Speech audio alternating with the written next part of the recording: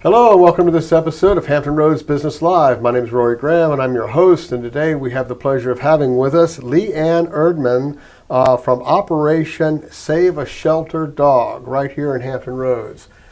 Welcome. Thank you. Why don't we start with just giving us a overview of what is Operation Save a Shelterdog. I think it kind of tells you what it is, doesn't it? Yes. Operation Save a Shelterdog is a 501c3A, IRS recognized nonprofit. We're a dog rescue in rural Virginia. We are headquartered in Zuni, Virginia. What we have done is we've coordinated together to work with some of the rural dog shelters in Hampton Roads and Northeast North Carolina to help reduce the euthanasia rate. So you're taking dogs from other shelters that are about to be killed? Yes. And you're finding homes? Yes. Okay. We are making sure that they have received all their medical and vetting care. We make sure that they're spayed or neutered. If they have any medical conditions, we take care of those medical conditions. And we put them on heartworm preventatives and also get them microchips so that they can be located if they do get lost. Okay, that sounds like a worthy cause. How did you get involved in this? There's a whole community of individuals who use social media, and we recognized several years ago that a lot of the smaller rural communities did not have the access to funds or facilities to save the dogs. That's a big problem. Yes. Thus the high euthanasia rate in the rural facilities. And a group of us met together, led by Ryan Gibbs, who's no longer with us, but she was the visionary. And we came together and we said, what can we do to reduce the euthanasia rate? We came up with some bylaws. We stumbled a lot. We started out with a kennel facility. We rented some kennel space initially, but when you're in rural Virginia, you don't have the traffic that a lot of the facilities have. And because of that, we eventually gave up our kennel facilities and became a foster-based rescue. But it was probably 8 of us who came together initially. So you coordinate a rescue from other facilities, and then that dog is taken and put in what you might call foster care? Yes. Right, okay, that's pretty cool. Okay, and those people take care of the dog until you can find a real home. Yes. For the dog. We have. Do you excuse me? But do you advertise that dog then, like on Facebook or your website or? Okay.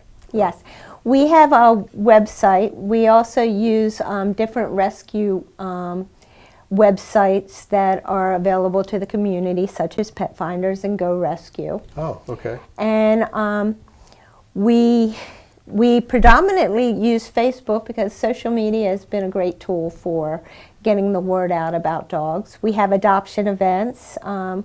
We had one this weekend where we take the dogs out to one of the local, maybe Tractor Supply or PetSmart or one of those facilities. I've seen them in PetSmart. Yes. Yeah, I've seen them. A lot of the local rescues use PetSmart.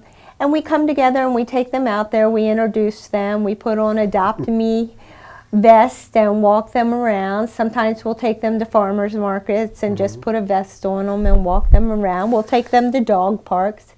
The community once or twice a year has an event in Virginia Beach where all the rescues come together and they can bring their adoptable dogs. Okay. And so we do whatever it takes to get the word out that we have some great dogs available. All right, so let's talk about your volunteers. Does it take a special kind of person to be a volunteer? Do they have special, is there any rules for volunteers, or do they just need a big heart? Well, a big heart helps. Yeah. But we do screen our volunteers.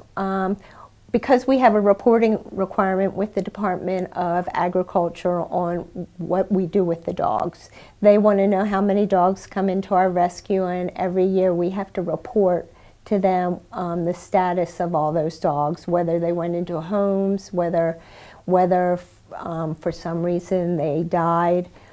And we have that reporting requirement.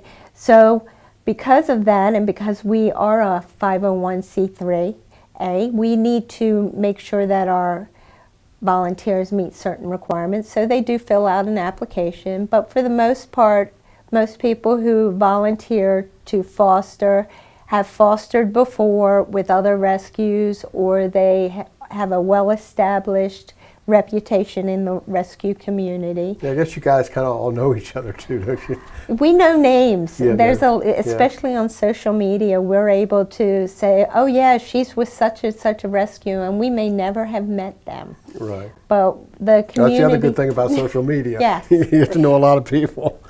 I think social media has been a great advocate for us. So what was one of your most complicated rescue stories? We've had several. We've had some high-dollar medical cases where we've brought them to our rescue and they've needed significant medical care. And then the one I remember the most was our current CEO, Julia Bowie, was able to coordinate the move of about 20 dogs from North Carolina last year at Christmas time. And she worked with a whole handful of other rescues, and they pulled the dogs and they transported them and got them all up here, including at least 5 pregnant dogs. So they got more for your money. Yes. I'd say by the time it was all over, it was probably 50 dogs after the puppies were born. Wow. But we brought those up into the Hampton Roads area, got them all vetted, got them all safe just in time for Christmas. Well, that's great. So how do you evaluate having success in your mission, with your mission for this? When we first started, we wanted to save the ones and twos, and now we want to save the world. Unfortunately, we can't save the world. Right. And our success is based on seeing the rural facilities, seeing their euthanization numbers go down. We have seen just in our part of Hampton Roads in rural Virginia, we've seen their numbers reduced significantly. I don't have exact numbers on their reductions, but we are hearing very, very few cases of euthanasia, and we're seeing more and more people reach out to help.